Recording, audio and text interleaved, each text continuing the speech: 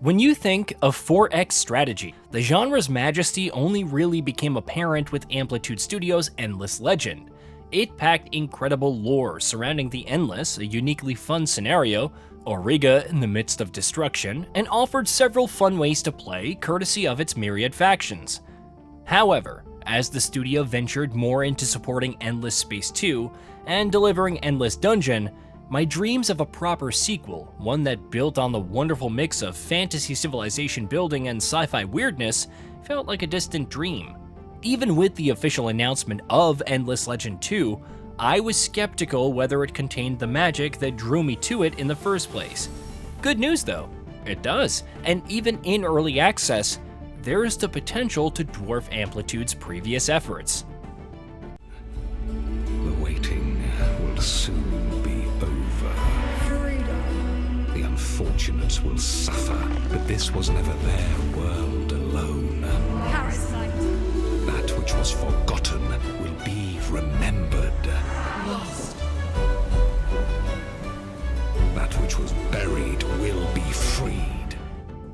Auriga, wherever you may be, rest in peace.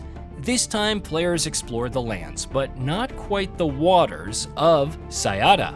Something strange is occurring, and even stranger things stir beneath the surface, acting now to fulfill whatever grand plan they may have. But your origins don't immediately intersect with them. There are 5 factions to choose from initially, with a 6th coming at some point during early access. The Kin of Sheridan, the Last Lords based on Broken Lords from the first game, the Aspects, the Tahooks, and perhaps my favorite, the Necrofage. Each of these cater to a specific style of play. The Kin are more suited for fortifying one's city, the Necrophage favor conquest, and so on. But the distinctions run much deeper. The Necrophage, for example, have risen to the surface, no longer keen on remaining in the shadows. The High Matriarch, she who sustains us, remains in the background, while Prime, one who stalks afar, leads the charge to consume all of Sciata. While this may lend to a more mindless approach, I found the Prime to be somewhat amenable to dealing with outside individuals. So when an ancient Amatrine called Pyrite suddenly emerged, offering to teach the old ways of war, a path to unlock a notable +2 exploited resource production on mines opened up. Then again, interrogating it over other bonuses to the Swarm was another option. Diplomacy is also something that the Necrophage can become adept in. Maybe it was because the Tahooks were devious, had an escape plan, or didn't fear us, but we went from shared research to a non-aggression pact and cartography exchange, which revealed more details on other factions in short order, and it didn't even cost much by way of dust. Of course, it's not long before the Necrophage's true calling emerges, sometimes quite literally. With only one city to call their own, the goal is to slay their enemies, create larvae to proliferate their forces, and generate corpses to specialize them further. They're also very good at getting around thanks to burrows, so it became easy to strike a wayward faction and escape, as it does to instantly funnel an excess amount of forces across landmasses to raise their cities to the ground. That's only one part that makes Endless Legend 2 so endearing.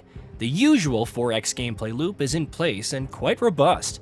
Upon establishing a city, you build districts to exploit the strategic resources on each title, earning dust, the universal currency, science for researching new tech, industry for construction, city improvements and whatnot, and food for expanding one's population. There's also influence, used for foundations to build further districts on, and luxury resources, which facilitate more specialized uses. As you progress, options to convert resources, enhance your city, and more will become available. Districts develop further as they're surrounded by other districts, and the nest grows, much to the horror of everyone else. However, you're not restricted to simply expansion and city management, like deciding where to allocate population members to exploit resources and eventually appointing a city council. And yes, the humor of these warmongering bug-like beings occupying important stately seats doesn't escape me. Exploitation and uncovering more of the map, whether it's discovering minor factions who could provide further benefits upon completing their quest, or delicious fresh corpses if you prefer decimation, is key.